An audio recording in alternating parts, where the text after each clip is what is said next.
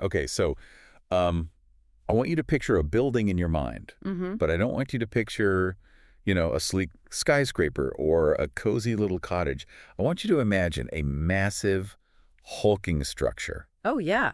made entirely of raw concrete and glass. It is snark. It's very mid-century modern. It has that look. Right, it's that heavy, imposing look that architects in the 1960s just absolutely loved.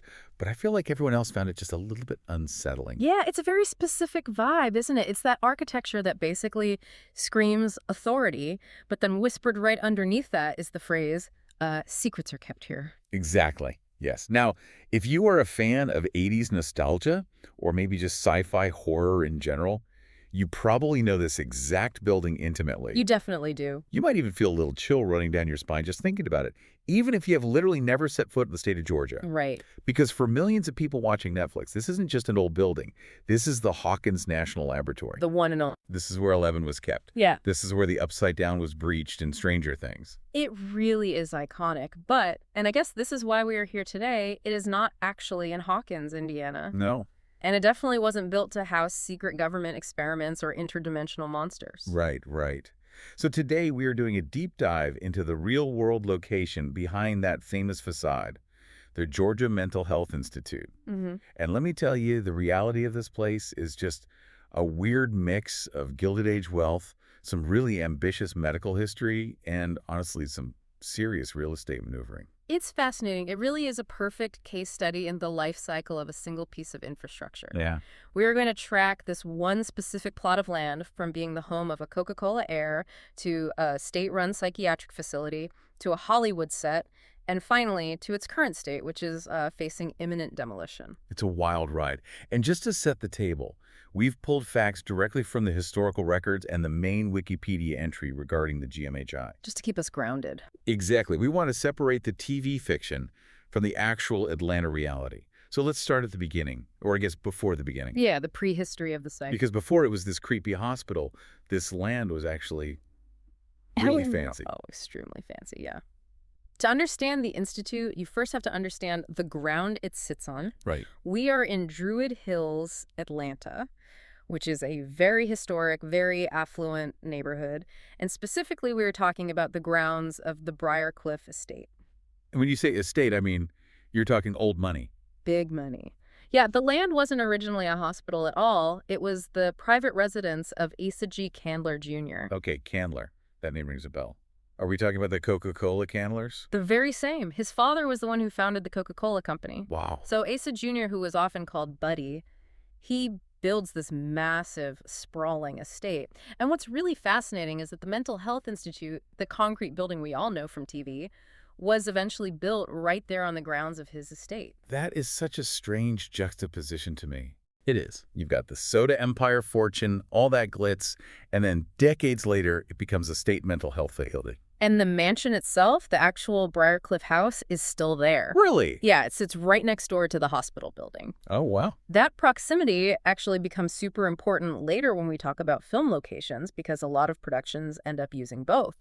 But originally, this was just a wealthy family's home and their garden. Well, I read somewhere that this wasn't just your standard mansion with like a nice lawn and some hedges. Didn't he have a zoo? He did. Yeah, this is that classic eccentric part of the Gilded Age. Candler Jr. had a private zoo on the grounds. A zoo? We're talking elephants. 4 lions. You're kidding. A leopard. Baboons. Oh my gosh. He even had a huge swimming pool that was open to the public for a fee. Wait, elephants? Just in a residential neighborhood in Atlanta? I mean, different time. I guess so. But it paints a picture, doesn't it? It was a spectacle. It was a place of high society and strange curiosities. But, eventually the Candler era ends. Right, nothing lasts forever. The family sells the estate, and eventually the state of Georgia acquires the land. Okay, so we fast forward a bit. The state steps in. When does the actual Hawkins Lab building show up? Because looking at the photos, that concrete block is definitely not from the 1920s. No, no. The Georgia Mental Health Institute, or the GMHI, officially opened its doors in 1965. Okay. And we really need to talk about the look of it because that's what made it so famous later on. Right. This was built at the absolute peak of an architectural style called brutalism. Right. I've heard that term thrown around a lot, usually as an insult. Like, oh, that building is brutal. Yeah, people think it means cruel or harsh, but it's actually a technical term. It's derived from the French phrase béton brut. Which means... It just means raw concrete. Oh, interesting. It wasn't meant to be brutal at all. It was meant to be honest. The whole philosophy was, show the materials. Don't hide the structure behind plaster or paint. It was supposed to project strength, permanence, and stability. Which I suppose makes total sense for a government institution. You want it to look like it's going to last 1,000 years. Exactly. But you have to admit there's a psychological effect there, too. Oh, for sure. These buildings can feel very fortress-like, impenetrable, which works great if you're building a secure facility, but maybe slightly less so for a place of healing. Yeah, because structurally, it's a fortress. But functionally, what was actually happening inside? Right. Was it an asylum? Because when I hear mental health institute, in the context of the 1960s, my mind naturally goes to some pretty dark places. Sure, and that's a common misconception. But it was actually much more sophisticated than those old-school asylums. It was a joint development between Emory University and the state of Georgia. Ah, okay. That's a critical distinction. Very much so. It wasn't just a warehouse for the mentally ill. It was primarily a teaching hospital. And Emory is a massive, massive name in medicine. Precisely. And that partnership really defined how the whole place operated. Emory doctors were the ones providing a lot of the mental health services. Okay. You had residents and fellows, doctors in training doing their psychiatry rotations right there in the building. So, unlike the show where it's just secret government experiments in the basement, this was actually a place of education and learning. It was. In fact, Emory even based its psychiatric outpatient programs there. Pediatric? So kids. Kids, yeah. So you had families coming in and out every day getting care for their children. It was very much a functional, public-facing institution. I do have to ask, though, because the vibe of the building is just so clinical and so intense, was there any actual research going on? Or is the lab part just a complete movie invention? No, there was real research happening. But again, think more along the lines of academic rigor, not psychic children moving things with their minds. Right, right. Less telekinesis, more clipboards. Exactly.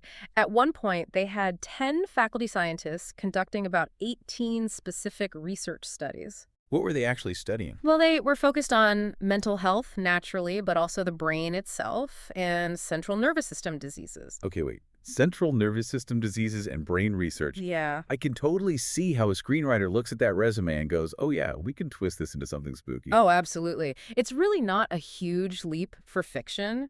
If you have a facility studying the brain and it's housed inside a giant concrete bunker, the story practically writes itself. It really does. But in reality, this was just a massive legitimate operation. At the time it closed, the facility had 141 beds. Wow, 141. That is not small. Yeah. And it had an operating budget of $24.5 million. $24.5 million. That is a lot of money flowing through one building. A huge amount. So if it was that big and it was backed by both the state and a major university like Emory, why did it stop? Did something go wrong?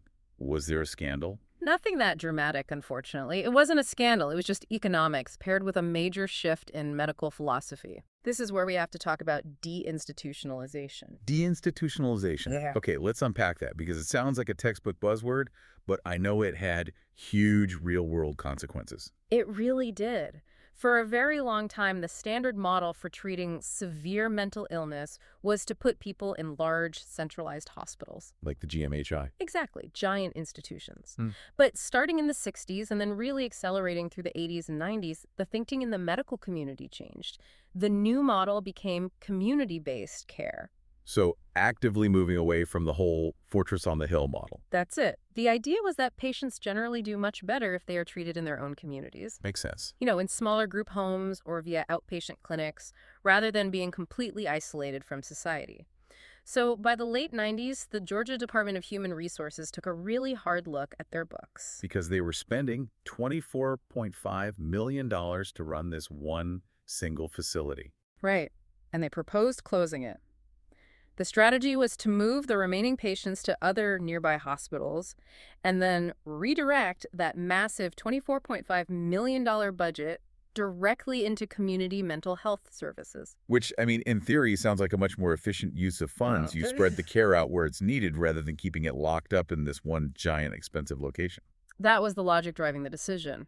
So ultimately, in 1997, the Georgia Mental Health Institute officially closed its doors. And this is where the real estate maneuvering comes in, right? Oh, yeah. Because 42 acres in Druid Hills, that is prime land. It's incredibly valuable real estate. It's near downtown Atlanta. It's near Emory's main campus. And this is exactly where Emory University comes back into the picture. Okay. After the state closed the facility in 97, Emory stepped up and bought the entire campus. I am almost afraid to ask how much they paid for it. You should be. They paid $2.9 million. Wait, 2.9? $2.9 million. For 42 acres in Atlanta. That's basically theft. It's a steal. It was an incredible deal. $2.9 million for the land and all 17 buildings on the campus. Wow. I mean, I know real estate was cheaper in the 90s, but that feels like they bought it for parts. To be fair to them, they were also buying a massive liability. That's true. These old institutional buildings, especially concrete ones, are incredibly expensive to maintain or retrofit. Yeah. But yes, even with that, the price tag was shockingly low. Okay, so Emory gets the deal of the century. Mm-hmm. What was the plan? Did they want to turn it into dorms? A massive library? They have really big dreams. They pitched something called the MTech Biosciences Center. Fancy. The goal was to turn the entire property into this cutting-edge biotechnology research and business development hub. That sounds very futuristic. It does. Unofficially, everyone just started calling the campus Emory West. Emory West, okay. They were looking at either renovating those 17 existing buildings or just knocking them all down and building brand new ones. They really wanted to expand the university's footprint significantly. I'm guessing that didn't happen. Because if it had, we wouldn't have had Stranger Things filming there in an abandoned building decades later. You connected the dots perfectly.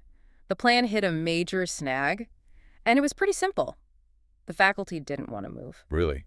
A multi-million-dollar biotech hub project died because of office politics. It often does. The researchers expressed a very strong desire to stay on the main campus. Wow. They just didn't want to be isolated over at Emory West, away from the main hustle and bustle of the university life. So, because of that pushback, the plans for this grand redevelopment completely stalled. So they just kept the land? They kept the land. Obviously, it was too valuable. Yeah. But the buildings just sat there. And that stalling, that basically created the perfect conditions for its next life. Yes, absolute limbo. The building sits there, it's empty, it's creepy, it's got that incredibly specific architectural look, and then Hollywood comes knocking.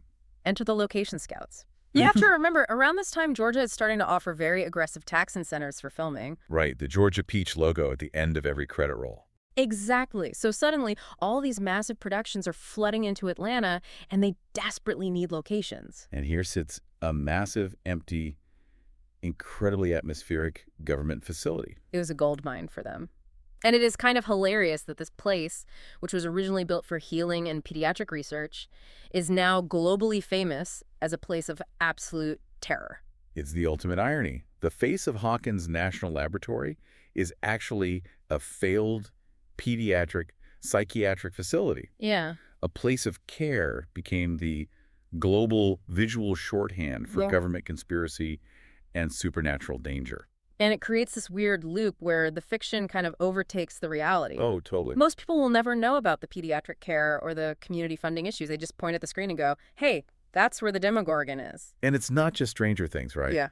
Because once I started looking into this for our deep dive, I realized I've seen this building everywhere. Oh, it's everywhere. It's like the Wilhelm scream of buildings. Once you recognize it, you just see it in everything. It really became a go-to spot for Georgia productions. If a script says creepy institution, you just go book the GMHI. Let's run down the list of what filmed there, because it is surprisingly long. What else was shot there?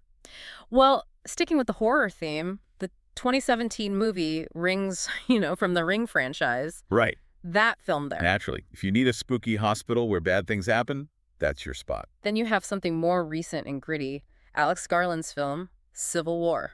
Oh, really? I actually didn't catch that. That movie had such a specific dystopian look to it. Yes, there is a major scene featuring a fight between militiamen and loyalists.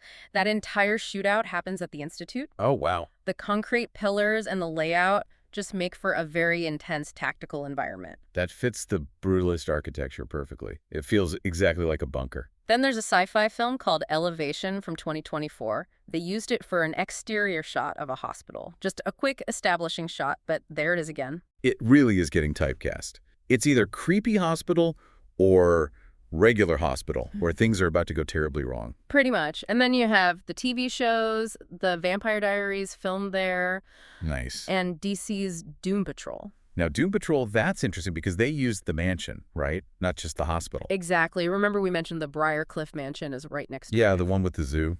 Right. Doom Patrol uses the Briarcliff as a key location. They show the facade all the time and shot scenes right in front of it. That is so convenient. It is. So you have these productions using the 1920s mansion and the 1960s hospital, sometimes simultaneously on the same plot of land. It's basically a backlot that wasn't actually built to be a backlot. Yeah. You can film a period piece and a sci-fi thriller without ever moving the catering trucks.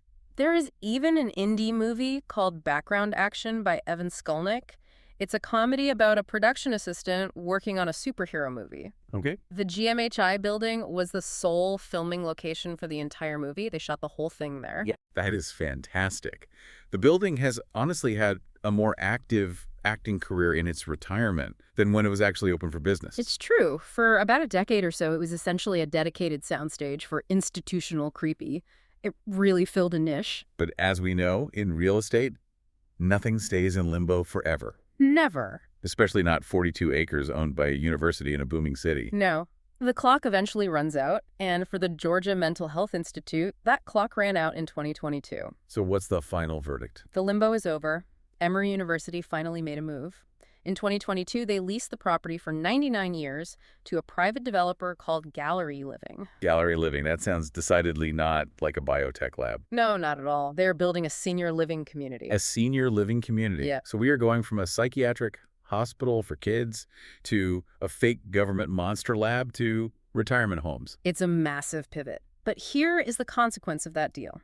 Because they are building this sprawling new community, the developer plans to clear the slate, meaning demolition. All the former hospital buildings on the campus are slated to be torn down. Wow. So Hawkins Lab is literally going to be rubble. It will cease to exist in the physical world. The tunnels, the lobby, that distinctive front entrance, it's all going. That is actually kind of sad. Oh. I mean, I know it's just concrete and glass and it's been closed as a hospital for almost 30 years, but it really feels like we are losing a legitimate pop culture landmark. It is a landmark, but if you zoom out a bit, this is exactly what happens to these massive single-purpose facilities. Yeah. They are built for a very specific societal need, in this case, mid-century mental health care, and when that model of care changes, the building just becomes obsolete. It's like an architectural dinosaur. It couldn't adapt. Exactly. It sat there for decades because it was too expensive to fix up and too expensive to tear down. It existed in that weird gap between usefulness and land value. Right. But eventually, the sheer value of the land outweighed the demolition costs. It's the circle of life, but for concrete. Precisely. It's the life cycle of infrastructure. From a Koch heirs private garden to a state institution to a bargain bin university purchase to a global television icon. And soon, it'll be a quiet place for seniors to enjoy their golden years. You know, it really makes you think. When we watch Stranger Things in 5 or 10 years, or rewatch Civil War, we are basically going to be looking at a ghost. We will be. The physical space will be totally gone. It raises a really interesting question for you listening right now. How much of our architectural history is currently being preserved only on film? That's a great point. We tend to think of buildings as permanent, standing forever. But in the digital age, the actual bricks and mortar might be long gone, while the MP4 file lives on perfectly. That's a haunting thought.